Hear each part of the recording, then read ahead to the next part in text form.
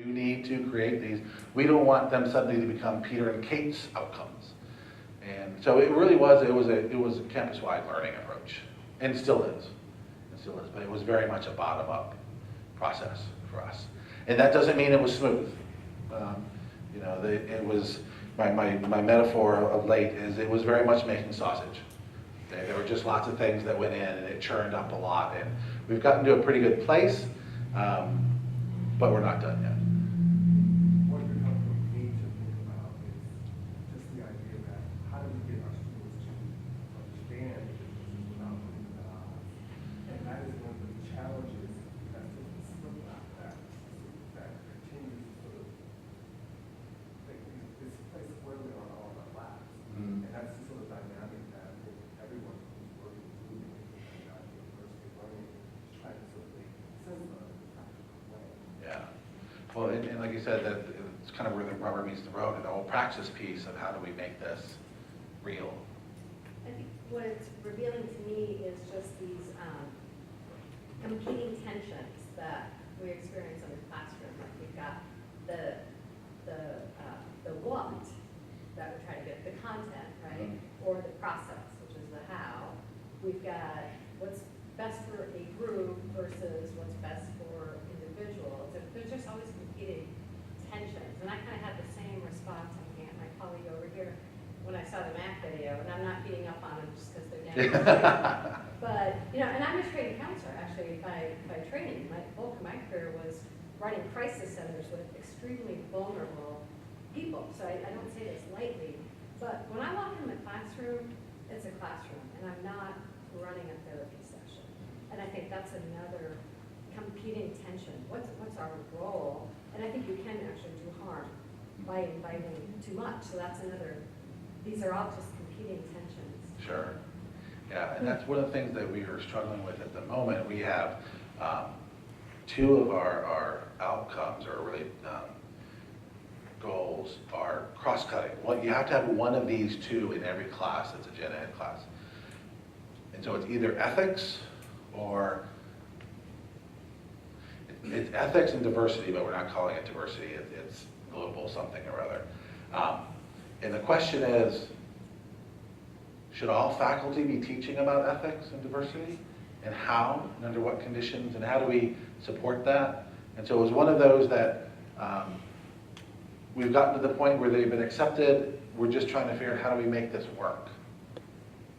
Because there are issues, there are tensions, and we don't quite have the answer yet. We're working with different groups on campus to figure out how we're going to go about doing this. Yeah, another question, maybe linking back to the morning's conversations. You do a lot of assessment work. What are you seeing or diagnosing about differential outcomes across student groups or demographics? The ways that might be selling to these sorts of conversations about pedagogy. As far as performance goes? Yeah, we haven't collected any data yet. We're at the point where the curriculum's been approved and the implementation has been approved, and we're about halfway through implementation. So we haven't actually implemented it. 2017 is when we flipped the switch. So that's, ask me in 2018 and I'll have data. Right now I've got hope, wishes, and a design. So yeah, so we'll have to wait and see. Yes? Something I was thinking you would get to, and looks like you're not going to, which is beneath the level of explicit bias and implicit bias, that there is also kind of the structural, institutional, cultural bias level that I think tends to cast things into these either more tensions and make us feel helpless and hopeless, and for the benefit of certain elements of the population. So I'm wondering how that can get worked into, or whether you've thought about how that can get worked into, because I think some of our students are more attuned to that than they are in some ways to implicit bias. They're more in tune because they tend to be lower, our first generation lower socioeconomic status students tend to be more aware of that institutional bias than they are of the implicit bias. I'm just wondering if maybe you have anything to say about that. Now, there's some of those things that we are looking at where we've identified issues. So what is what are some of our institutional biases relative to the STEM fields? So as a technical institution, we have a lot of STEM fields involved. And we know that that is not an even playing field. And so that's probably where we're spending the vast majority of our time right now, and in various ways, from NSF grants where we're taking a look at women and how do we promote women in STEM fields. So that we have recognized. I would say we don't have answers, but we've recognized those issues and have started to try to create a path forward. So that's kind of where we are at the moment. One of the things I'm thinking about when I think about the inclusive pedagogy piece, right, is that it takes into account all of these issues and requires us to think about all of these issues as we teach our class, right? And which is, I think, one of the reasons why we asked Peter to talk about it this afternoon, right? Because it is both about how we think about teaching and how we implement and assess the teaching that we're doing, right? And so for me, it's really about that sort of broad way we think about inclusion, right? As we sort of think about diversity inclusion, right? In this broadest sphere, right? How do we do that, right? As individual faculty members, as departments, and as a campus as a whole, right? And so for me,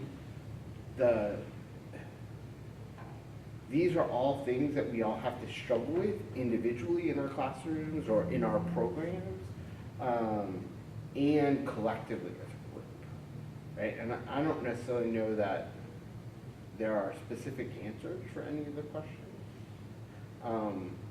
but I do think that sort of those multiple perspectives, that we're fortunate that we have a diverse student body from, right, like if you go back to the slide that had the sort of like inclusion slide with all the different identities, right? We have all of that here, right? And so we get to sort of explore that with all of those students. And for me, I think that's what is powerful about the idea of and thinking about inclusive pedagogy, right? Because it doesn't just center on the D that we also have, right? Which is, I think, a separate conversation, right? Around sort of like too many outcomes. How do you get to all those outcomes? That piece. So, that's But to come full circle with that idea, we have to think about diversity learning developmentally so that we can all be in that conversation across the curriculum. right. If we're going to sort of do this in a productive fashion. Yeah. In a constructive fashion. We have to think about diversity learning, not just sort of a Hamline stand, but development in intermediate, capstone, Right. introduction, so that we can all figure out when and where to come in. Right. Yeah, I think that's great perspective, yes. I've been thinking about it, and I don't know, I haven't been practicing this, but I've been thinking a lot about what it is, how do we motivate students to engage in these conversations? And I've been thinking about it in terms of how do we create a world where we're fostering human thriving in everyone? And I think about that in links to sustainability practices as well. So, environmental thriving, health, but also in terms of the need to hear from all voices and have each individual, starting in the microcosm of the classroom, how do we foster that sense of thriving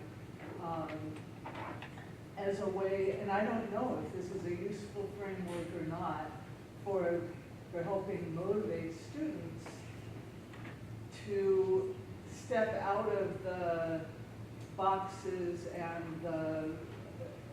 invite a conversation around helping each other. Yeah.